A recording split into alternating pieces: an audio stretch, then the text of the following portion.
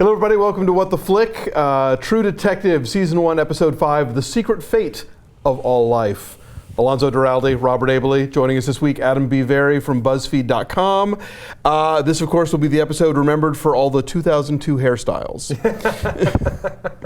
We had to transition from one flashback to another. No, holy shit, this episode. Which is really, well, let's be honest, that's what we say after every episode That's true. of this You're right. show. You're right. And it's amazing that we're only 5 episodes in. It was so dense. It felt like it was essentially 2 episodes at once. You had the seeming resolution of the Reggie Ledoux storyline, and then the episode sort of cracked open and pivoted to what happens after, and then at the end of the episode, they leave the interrogation, and now the whole sort of mode of the way the episodes have been structured is totally changed. Yeah, where do we go now if we're not in the room with the 2 guys in the video camera? No, it felt like a whirlpool, like in the first half, like things were going down the drain and ending, and and now we're getting this thing zipping up again, and like almost like a tornado going in the other direction, going up. So it's definitely transition period time, but very interesting transitions. I mean, there have been hints along the way that, there have been more murders. Clearly, they think McConaughey with Cohle is involved, but it's all subtext is text now. Like, we're just going to get it right out there and lay it on the line. The current detectives have obviously we now know their deal. They think that Cohle is involved and they want to jam him, and they've got some good points to make.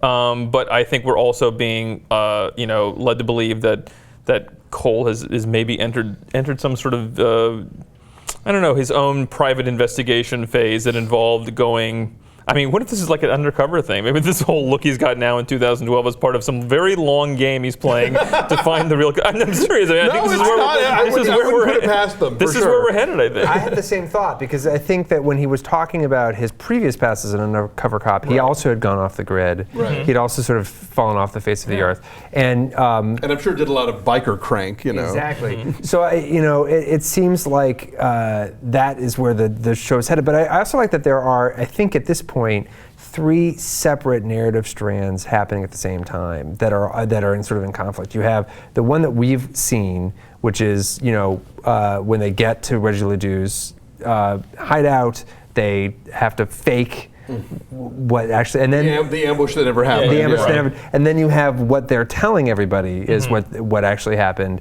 And then you have now, I think, the narrative of the present day detectives and what they're seeing their case, sort of how they see Cohle and how they see things unfolding. And I love that sort of layered storytelling. Yeah, just I think one of the best sort of unreliable narrators I've ever seen is them telling their ossified version of how it all went down while we're seeing a completely different set of circumstances unfold.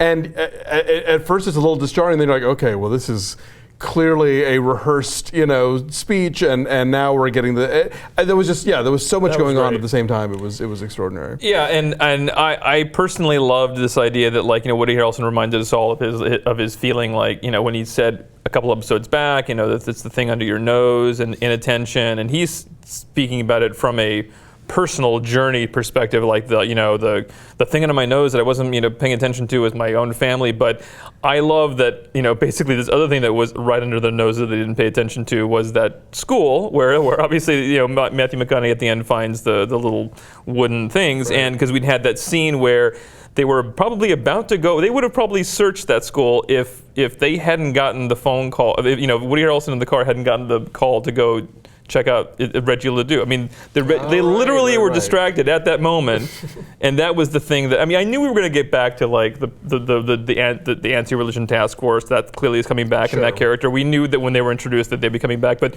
I wondered if that school was going to come back, and the school did come back. That ending scene was really compelling in that I felt like we were stepping into Cole's brain, that it was sort of musty and rotten and clearly obsessive, and it was really creepy. And the cross-cutting between that sequence and the interview with Hart in the present day, and you sort of see Hart kind of beginning to understand where the modern day detectives are coming from, that was really cool. I mean, so much of like crime fiction, private detectives versus cops. I mean, private detectives work in, outside of an institutionalized, environment and solve crimes that way. And I think we're getting a story about how somebody comes to believe that they can't solve a crime through the institution of the police department. Right. I mean, I think Matthew McConaughey is probably realizing that, well, we found Reggie Ledoux, but I worked with a partner who shot the guy, and it ended up it's maybe not going to be him, and he's now thinking like, what if I just, and then they have this guy that may know information, but then he kills himself after a phone call,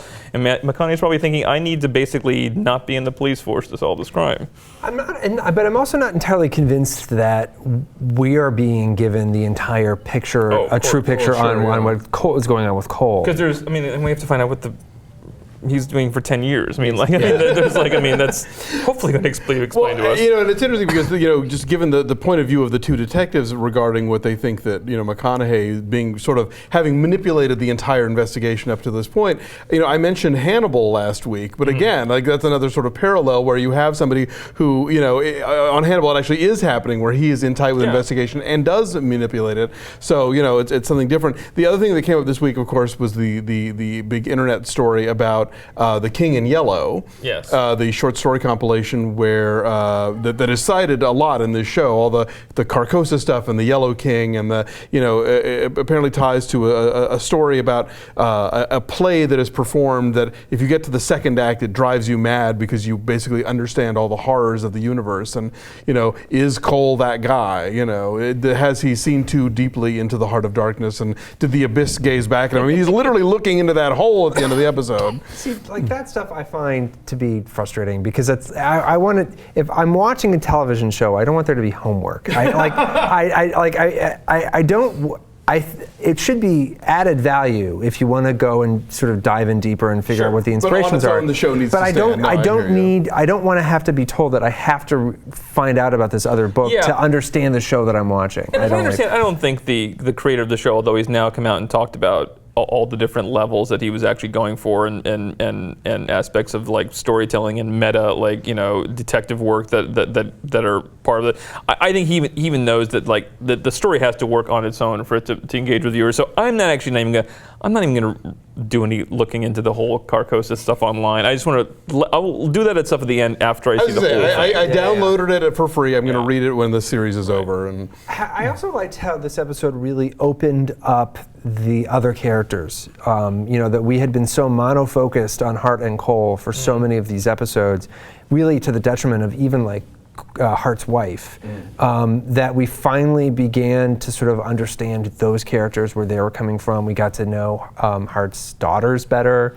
especially once they got to be teenagers, and sort of saw the sort of effects of his neglect as a parent. I really appreciated that. I felt like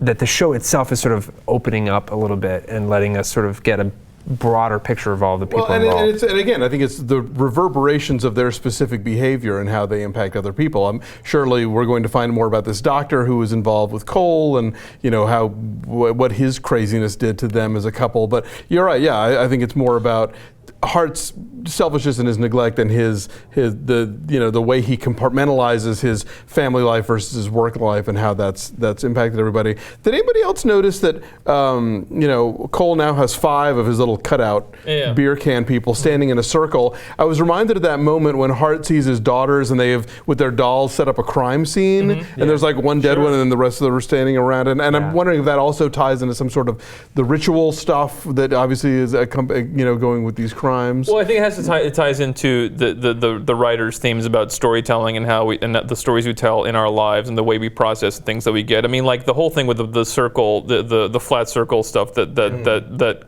Cohle is talking about. I mean, I think you're supposed to look at what's going on in Hart's family with him now going through this stuff years later with a teenage daughter as things repeating themselves in life. I mean, stuff comes back around. So. I only thought of this because I had just recently rewatched LA Confidential, and I do feel like that the sort of, it seems like what the larger story is going to be telling us is that Reggie Ledoux was an accidental like they found what he was doing bad, but it wasn't the bad thing that they're looking for. They're looking for. Very much like in like Confidential, the detectives get put on these black men who have kidnapped a woman and have been raping her. But that's not the crime that they were looking to them for. So they end up, and they totally, by happenstance, just like they luck out. They luck out, and so it made me think that while there's a lot of really interesting innovation in the storytelling in the show, the sort of heart narrative is very much about sort of it still in pulp detective fiction. There's still classic crime fiction writing going on here. I think detectives in these stories go through so much to just get to the final solution, and it usually involves a couple of scenarios where you believe one thing is true, believe one whole scenario before that's upended, and I mean, the fact that the cops now came up with that very, very plausible. I mean, you believe why they would think Cohle, might be involved. I mean, they made a very good case that there's total manipulation going on Cohle's part. That was fun. That was fun to me. I like when writers come up with that device where they kind of make us see the whole narrative in a new way. Yeah, exactly. And the pieces fit together even if it's not the correct solution, So, 3 more episodes. I have no idea where this is going, and I love that. Are you concerned at this point that this is going to be a sort of the Killing situation where we get to the end of the series, and it's not necessarily that they sort of say tune in next season, because it's been very upfront that it's going to be a much more self-contained thing. But it's not going to be cathartic. That's not going to be cathartic. That it's going to be very much unresolved. I'm really beginning to get to that feeling. I don't know about that. I think. I think people. Well, the writer worked on The Killing, I believe. I mean, so I think he knows what. I mean, I'm sure he figured that out. I think as long as they bring us to kind of an end point with the characters, I'm more concerned about that than necessarily a tidy solution to the crime. Oh, I need a tidy solution to the crime. I need to know, because they're dropped. Like, I think if they had sort of dropped that crime to a large degree and focused much more on the characters, I wouldn't feel that strongly about it, but the fact that there are new killings, that there's apparently some very powerful person involved, that that the whole Yellow King thing, there's a conspiracy. They're dropping more hints for me to pick up, and so I would just as soon like them to resolve those hints, please, personally. But I think they will. Okay.